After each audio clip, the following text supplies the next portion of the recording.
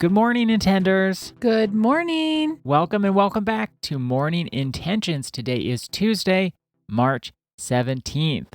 Annette, you were on a little bit of a roll yesterday and we ran out of time. So I'll give a little recap about what you were talking about, and then I have a response to what you said, and I know we'll have a great discussion. And I've calmed down a little bit, so that's good. Well, you don't need to calm down. It's fun to be animated. It's fun to be intense, and maybe it's too intense for some. But when you're passionate about something, when you have big feelings or something on your heart, it feels so much better to share it. And I know as someone who listens to people for a lot of their lives, whether it's on a podcast or just at work or in conversation with other people, it's more fun to listen to passionate people than people who are trying to be calm. You don't need to be calm. So in chapter 3, Terry Cole starts to share with us what she says where high-functioning codependency comes, the high-functioning codependency blueprint, and whether we had a functional or dysfunctional family, that plays a role.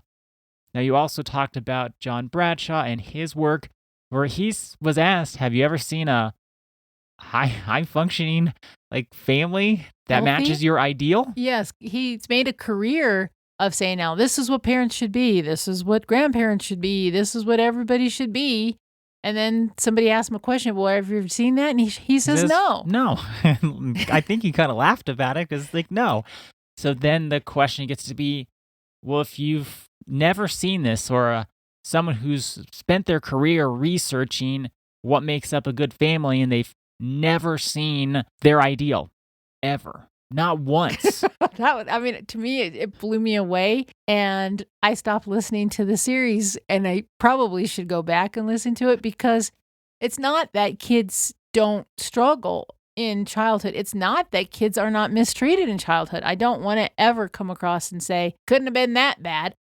I'm not saying that. I just don't like the labels, because then we start seeing things as kind of like this binary scope, and there's so much gray. And that's what I don't like. I like the gray. My parents did this, my grandparents did that.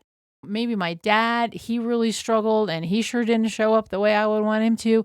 But my mom, she was wonderful, or my grandma did. To just, I guess, give acknowledgement to the good parts too. Because when you label something dysfunctional, then the whole thing just seems dysfunctional. I fully agree with you, especially since what we talked about last week is if we recognize that we've come from codependency, give ourselves some compassion, some grace, some mercy. Find that sense of self-forgiveness for the past so you can move on with a clean slate in the future. The thing is, we have to do that with our parents as well, because guess what? They're human too. They had their own childhoods too.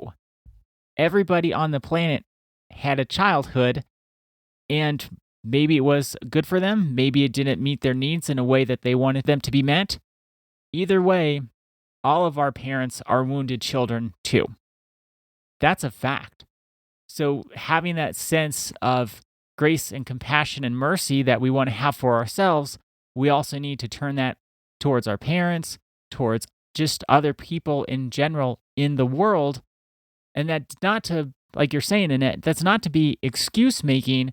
It's to have a reality check of, this is just a person too. Our parents are people too. And they are doing their best. And of course, like Annette is sharing, I'm in whole agreement. Yes, there are parents who never should have been parents. That's also a fact. But if the love was there and your parents were trying hard, we want to have that sense of compassion and grace for them as well. Because here's why. Once we start to say that, oh, my life or who I am is not how I wish it would be because of someone else, we end up putting responsibility in someone else's court. And then what do? If it's always someone else outside of ourselves who's responsible for where we're at today, and it's not our fault, it's not our responsibility anymore, then we're never going to do our personal development journey. because everything then hinges on, well, if that person did better in the past, which they can undo anyway, then I would be better today. Maybe there's some truth to that, but the reality is we have to take responsibility for where we're at today from now going forward. Whatever happened in the past, whether it was from us or our parents, forgive ourselves, forgive them. And there's processes that you can do to help you with that, or just find it in your heart to wipe the slate clean and say, okay, from March 17th, 2026, now what? Now what do we do? And if we keep giving our lives to the past, we don't have a future. I agree with everything you said. And the reason that I do think it's so important for us to have even this conversation, there are abusive parents. There are. But it's just like this concept, if everything is special, then nothing is special. If everything is viewed through this lens of functional, dysfunctional, then when you really, really have had dysfunctional and traumatic situations in your childhood, they don't receive the attention that we need to give them. And then if we don't give our true trauma the attention it deserves, and it's just all lumped into dysfunction and some arbitrary idea of what that is, what also happens is we can stay in that victimhood that you're talking about, Ada, because we're not able to process the real traumas so that we are then perpetual victims. We have this trauma that we haven't been able to heal. So when there's this, well, it's either functional or dysfunctional, and anyone can say that it was dysfunctional, it gets lost. It's like just what I said. If everything is special, then nothing is special.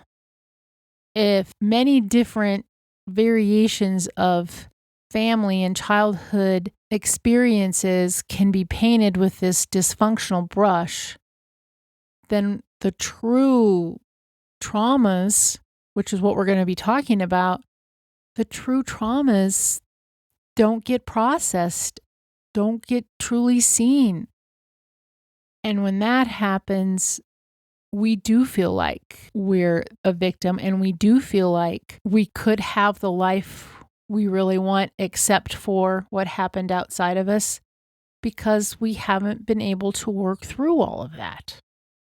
Because high functioning codependency is a trauma response. It's not anything less than that. When you put it like that, saying that high functioning codependency is a trauma response, I can have a lot more compassion for people who are experiencing that and responding to life in that way. I think of all the people that I've talked to, it's like, oh my goodness, there's some codependency going on there, some high functioning codependency. Then it can make me say, I wonder what happened. Like, what did they experience that then that became their coping strategy, or the strategy to stay safe in a very unhealthy situation? Thinking that with other people, but then also if you're dealing with high functioning codependency yourself, treating yourself with compassion. I went through a lot for this to be my coping strategy. I'll give myself some gentleness and tenderness that maybe I haven't given myself before. And when you're able to actually do that because you see it for what it really is, it's not some broad idea, it's really trauma. That's when healing is possible. Kind of go full circle when you're saying, okay, let's take responsibility for our lives today. We can do that when we've processed our trauma and when we understand why we have this trauma response. Let's have our discussion today soak in, and have that be our intention for today. I will keep in mind high functioning codependency is a trauma response. I will keep in mind high functioning codependency is a trauma response. Thank you so much for joining us today. Our day is better because you are part of our day. See you tomorrow. See you then.